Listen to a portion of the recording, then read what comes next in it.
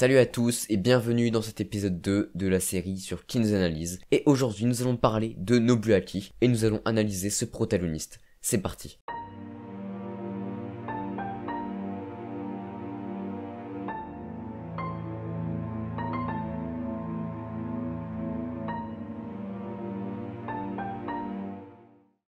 Tout d'abord, avant de commencer cette vidéo, je tiens à préciser qu'il y aura du spoil concernant l'arc de King's Game et l'arc de King's Game Extreme. Étant donné que c'est Nobuaki le protagoniste des deux histoires, il faudra donc, si jamais vous voulez pas spoiler, quitter la vidéo. Et pour ceux qui connaissent déjà ou alors qui tout simplement veulent être spoilés, eh bien je vous invite à rester et du coup nous allons commencer à parler du coup de Nobuaki. En premier lieu, alors Nobuaki Kanazawa, donc c'est bien le personnage dont je parle. Il est tout simplement un protagoniste basique du parfait seinen, du parfait survival game en fait. Parce que Nobuaki c'est un personnage qui est attachant, qui s'occupe de tout le monde, qui veut aider tout le monde, et c'est vraiment pas le personnage égoïste comme ça. Mais si on regarde bien, est-ce qu'il est vraiment si parfait que ça? Je ne crois pas. Et non, en effet, Nobuaki n'est pas le protagoniste parfait. Tout simplement parce que, à de nombreuses reprises, ce n'est pas lui qui agit directement, mais par exemple Shimi qui le pousse justement à agir. Prenons par exemple Daisuke. Lors de l'ordre de Daisuke, que Shota a donné à Daisuke d'aller se pendre, Nobuaki s'en est pris à Shota, directement. Et donc c'est Shimi qui a dit à Nobuaki que le plus important était Daisuke et qu'il fallait qu'il aille le voir. Donc à ce moment-là, il a été le voir. Mais ce n'est pas tout, encore une fois. La deuxième remarque avec Shimi, c'est aussi que, à un moment donné, au tome 2 environ, Nami, une élève, s'est donné comme ordre de toucher le roi, suite à la pensée que Nobuaki avait que le roi se trouvait dans la classe. Déjà, premièrement, la réaction quand Nami a annoncé ça à Nobuaki, il était pas serein, donc ça pouvait entraîner aussi le fait qu'on pense que c'était le roi. Mais aussi, une fois qu'elle avait touché tous les élèves et qu'elle se soit rendu compte que personne n'était le roi, elle est partie en courant en fait, et Shimi a essayé de la suivre, elle a repoussé Shimi qui est tombé, et donc Nobuaki a été directement vers Shimi pour l'aider, et Shimi lui a dit encore une deuxième fois d'aller vers Nami justement parce que elle pensait qu'il allait avoir un truc grave justement qui pouvait se passer avec elle. Ça c'était la deuxième fois. La troisième fois aussi que mon Shimi a une influence sur Nobuaki, c'est lors du dernier ordre avec Naoya, Toshiuki et tout. Quand tout le monde était mort et qu'il restait que Naoya, Shimi, Ria et lui, Naoya allait subir son gage et c'est Shimi qui a dit à Nobuaki d'aller voir Naoya justement. Et moi je me dis, mais pourquoi il n'y a pas pensé en fait? Enfin, tout le monde est mort, Naoya allait être le prochain, et il n'y a pas été de lui-même, il a dû attendre que Shimi lui dise d'y aller pour y aller justement. Et donc c'est des trucs comme ça qui font que le protagoniste n'est pas un parfait protagoniste, et qu'il soit pas si bienveillant que ça en fait. Après aussi, il a également beaucoup pensé à tuer Ria tout simplement, quand il a pensé que c'était le roi tout simplement. À de nombreuses reprises, notamment lors du tome 2, lors du tome 3, tome 4 aussi il me semble, bref. Et aussi lors de l'ordre de Nami de nouveau, on y revient. À un moment donné, elle touche la dernière élève en fait, en la baffant parce qu'elle pense que c'est elle. Et Nobuaki se dit mais je vais vraiment devoir la tuer et tout.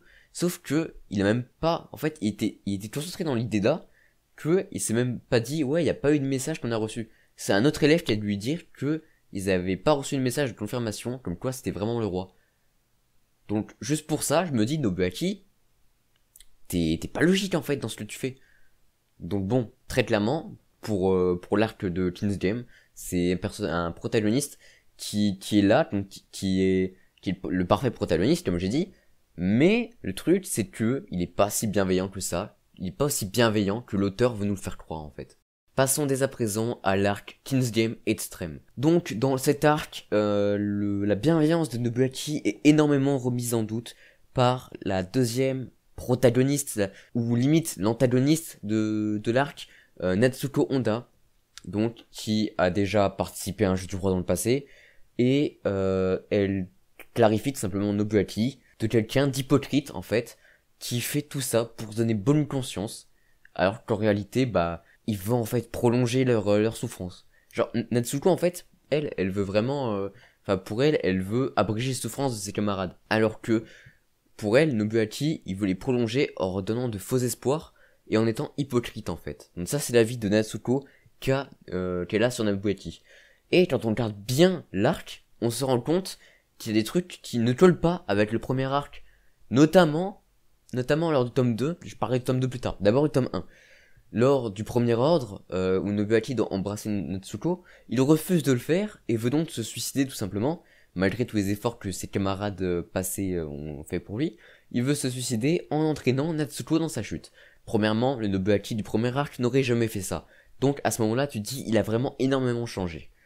Il a ensuite essayé de prévenir tout le monde, mais personne ne l'a cru par rapport au jeu du roi. Ok. Dans le tome 2, il se fait défoncer par les violents de l'Atlas parce que, tout simplement, il a tenté de tuer Natsuko avec lui, enfin bref, voilà. Et il dit qu'il a un moyen d'échapper au jeu du roi.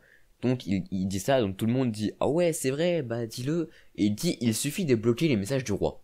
Il dit ça alors qu'il sait parfaitement, en fait, que c'est totalement faux. Que tous ceux qui bloquent les messages du roi meurent ensuite, en fait. Genre, il dit ça. C'est quelque chose qu'il n'aurait jamais fait dans le premier arc. Vraiment, c'est quelque chose d'illogique. Donc, encore une fois, la bienveillance de Nobuaki, elle est plus là, en fait. Genre, elle s'en va, elle s'envole. Elle est plus là. Pourtant, par la suite de l'arc, il essaie tout de même de sauver ses camarades à droite et à gauche. Donc, au final, il n'a quand même pas si changé de ça. Mais bon, il reste quand même un peu douteux sur les bords. Donc, la théorie comme quoi Natsuko dirait qu'il veut juste se donner bonne conscience est potentiellement vraie en fait, d'une certaine partie. Et donc, je pense avoir tout dit sur Nobuaki dans cette vidéo. Et pour conclure, je dirais qu'en effet, Nobuaki est de base un protagoniste bienveillant, mais que l'auteur veut nous faire paraître pour trop bienveillant, alors qu'en réalité, il ne l'est pas entièrement. Voilà, donc il a aussi sa part d'humanité qui reprend le dessus face à sa bienveillance, on va dire. Mais pour moi, très clairement, c'est un bon protagoniste quand même s'il y a beaucoup d'incohérences dans l'arc 1, et dans l'arc 2 encore plus par rapport à l'arc 1.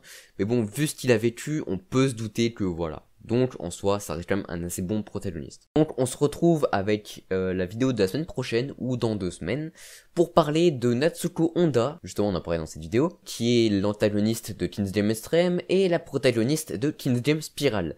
Voilà, moi je vous dis à la prochaine pour une nouvelle vidéo, c'était Tobushi, allez salut!